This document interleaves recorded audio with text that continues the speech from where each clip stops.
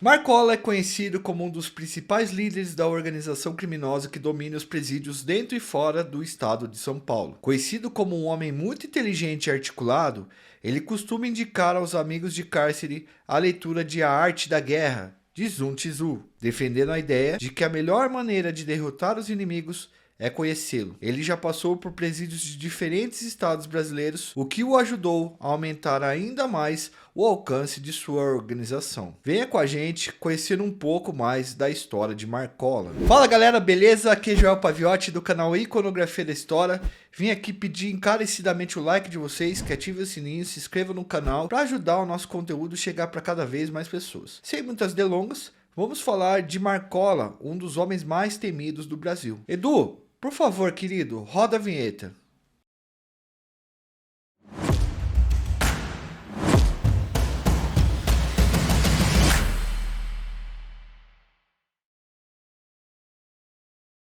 Marcos Williams Herbas Camacho nasceu em 1968, na Vila Holanda, em Osasco, São Paulo. Aos 9 anos de idade, ele perdeu a mãe. Ela perdeu a vida afogada no centro de São Paulo. O Marcola, o Marcos, ele era filho de um boliviano que nunca conheceu. O garoto se viu órfão muito cedo e passou a viver nas ruas na região da Praça da Sé. Foi nessa época aí que ele ganhou o apelido de Marcola. Ele chama Marcos, mas ele ganhou o apelido de Marcola porque ele gostava de cheirar cola de sapateiro nas ruas de São Paulo. Aí o pessoal chamou ele de Marco, juntou Marcos com cola, ficou Marcola. Nessa época também, ele começou a praticar seus primeiros crimes, batendo carteiras pelas ruas da cidade. Aos 14 anos, galera, ele foi recolhido pela polícia por estar batendo carteira na região central lá de São Paulo. Recolhido que a gente fala é que ele foi encaminhado para a FEBEM. FEBEM é a atual Fundação Casa, na época chamava FEBEM, que é a Fundação para o Bem-Estar do Menor. Ele cumpriu medida socioeducativa e acabou dentro da FEBEM conhecendo César Ruiz, conhecido como Cezinha, um dos fundadores da organização criminosa que comanda os presídios do estado de São Paulo, da qual Marcola se tornaria principal líder anos depois. Lembrando que a gente não pode falar a sigla, porque senão o YouTube pode ser que nos desmonetize, Em 1987, ele teve sua primeira condenação e foi preso por assalto à mão armada, artigo 157 do Código Penal. Antes de sua primeira prisão, ele estava sob a mira da polícia, pois havia sido responsável por pelo menos 6 roubos antes de completar a maioridade. Quer dizer, o Marcola ele já era conhecido pela polícia. Levado para o Carandiru logo depois, ele foi transferido para o Centro de Readaptação de Taubaté, presídio que abrigava presos perigosos e que viviam em constante conflito com o sistema carcerário do estado de São Paulo. Quem acompanha o nosso canal, certamente já ouviu falar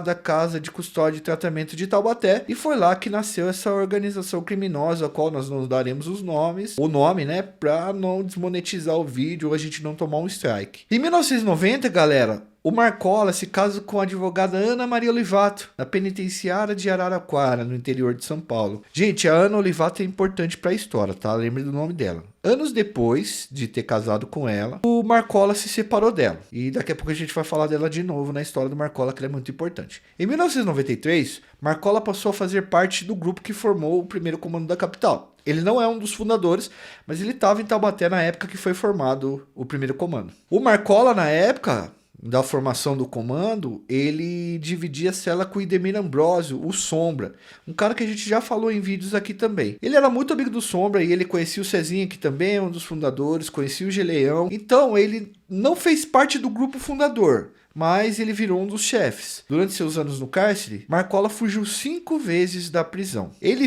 chegou a viver 6 meses no Paraguai. Em 1999, quando ele voltou de lá, foi encontrado por acaso dirigindo um carro roubado. Aí foi preso novamente e ele permaneceu encarcerado desde então. Ao longo dos anos 90, galera, e início dos anos 2000, Marcola esteve diretamente envolvido na expansão da organização criminosa pelas penitenciárias paulistas. Aí a pergunta que a gente tem que esclarecer aqui é o seguinte: como que o Marcola ele acaba virando o chefe supremo da organização criminosa? Como que ele ascende como principal chefe e principal conhecido por comandar essa organização aí? Bom, vamos lá. Vamos voltar para 2002 para entender um pouco isso. Em 2002, a cúpula, a chefia do comando, que tinha Geleão, Sombra, Cezinha, Misael, Nós já fizemos vídeos de quase todos. Eles se desentenderam em relação aos rumos que a organização devia tomar. O Geleão e o Cezinha queriam que a organização continuasse sendo violenta e queriam que a organização patrocinasse atentados contra as forças públicas. Já o Marcola, ele tinha uma ideia de que o crescimento da organização poderia ser mais quieto, sem chamar tanta atenção, porque aí ela poderia se estabelecer como realmente uma organização muito poderosa. E nessa treta toda, o Cezinha e o Geleão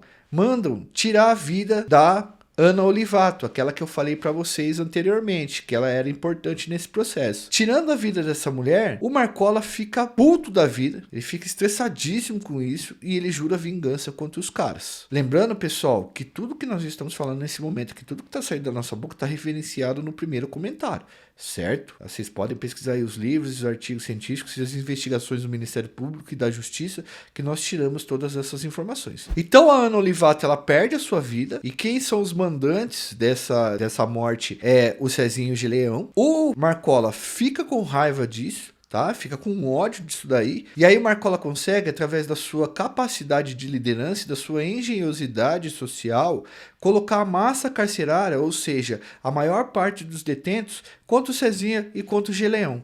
O Cezinha e o Geleão são expulsos da organização criminosa a qual fundaram, e o Marcola acaba virando o chefe supremo dessa organização. Deu para entender um pouquinho essa treta? É um pouquinho truncada, mas eu acho que vocês vai ficar legal. Acho que vocês vão conseguir compreender legal isso daí, até porque nós temos outros vídeos aí que explicam essa história também, que vocês podem assistir, claro. Marcola, galera, defendia a manutenção do poder na encolha, a partir da articulação das ações, enquanto os outros líderes, né, esses que foram expulsos, eles defendiam uma violência desmedida. Sob o comando de Marcola, após a expulsão do Cezinha e do Geleão, a organização criminosa se tornou a maior do país e expandiu seus negócios no cenário nacional e no cenário internacional. Autores como Camila Nunes Dias, Márcio Sérgio Cristino e Josmar Josino afirmam que Marcola diluiu o poder da organização em uma rede bem ampla de comerciantes de entorpecentes, ladrões, advogados, que se dividem em posições chamadas de sintonia.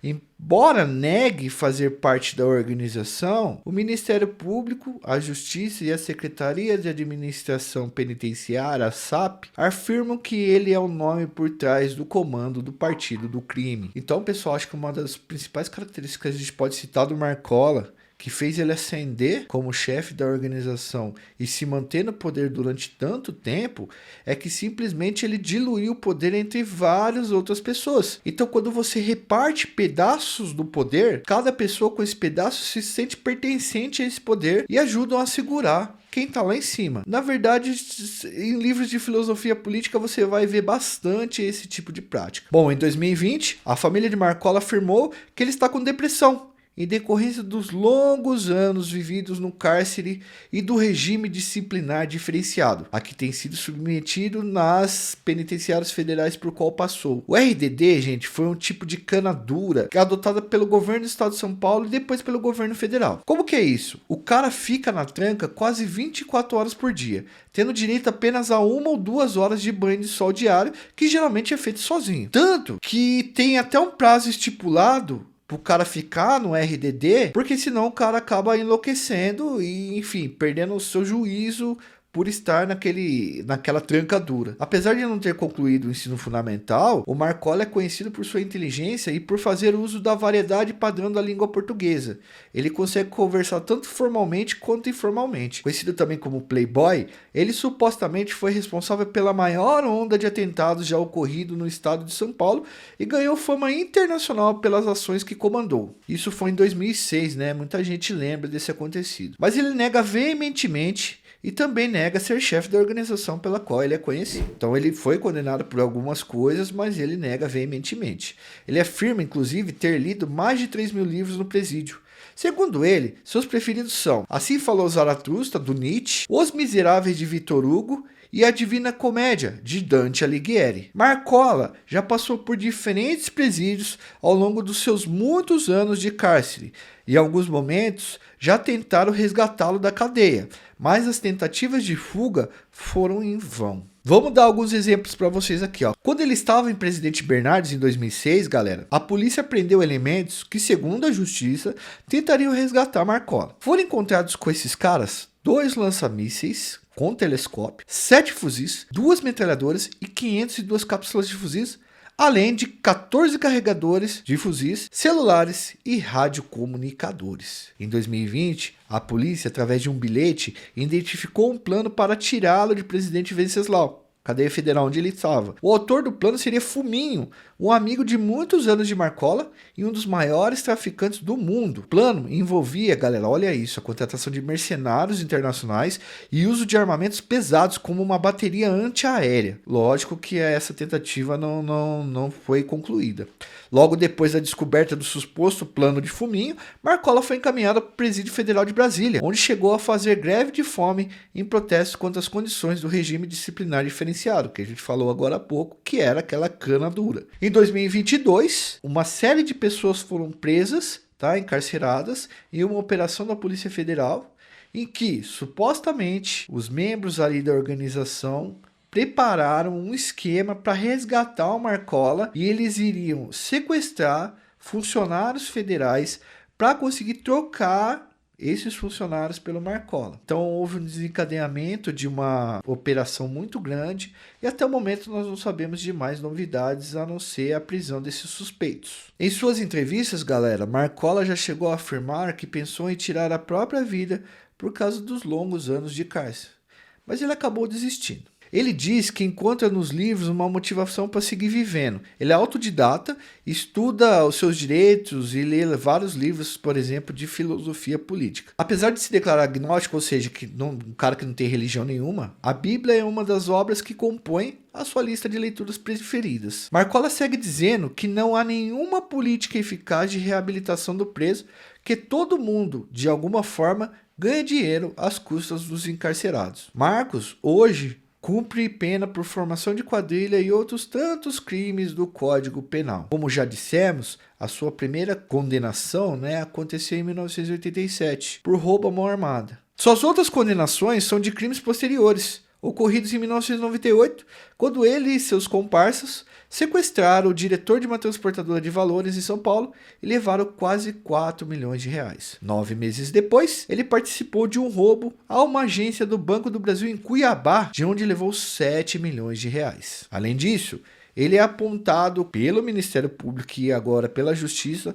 como mandante dos atentados de maio de 2006 que aterrorizaram o estado de São Paulo, como a gente falou anteriormente no vídeo. A gente está citando o atentado novamente porque a gente tem um vídeo falando sobre ele, tá? E talvez seja interessante aí que vocês dêem uma passada de olho para entender um pouco melhor o que aconteceu. A pena total de Marcola, a princípio, era de 39 anos, 11 meses e 4 dias de prisão. Ele já cumpriu menos da metade desse total. A liberdade, que ele tanto espera, parece estar bem distante de ser alcançada, pois a sua ficha de crimes segue bastante intensa e há suspeitas de seu envolvimento em muitos outros. No Brasil, só se pode cumprir 40 anos em regime fechado, tá, galera? A lei mudou agora esses tempos. Mas, ao ser condenado novamente na prisão, a pena volta a contar. Durante a Operação Etos, desencadeada pelo GAECO, que é o Grupo de Repressão ao Crime Organizado, e o Ministério Público Paulista, Marcola foi condenado a mais 30 anos por ser, segundo a Justiça, um dos líderes da organização criminosa pela qual ele é conhecido. Apesar de ele sempre negar, a pena começa a contar novamente em regime fechado porque ele foi condenado. Segundo o promotor Lincoln Gakia, que investiga a organização há pelo menos uma década,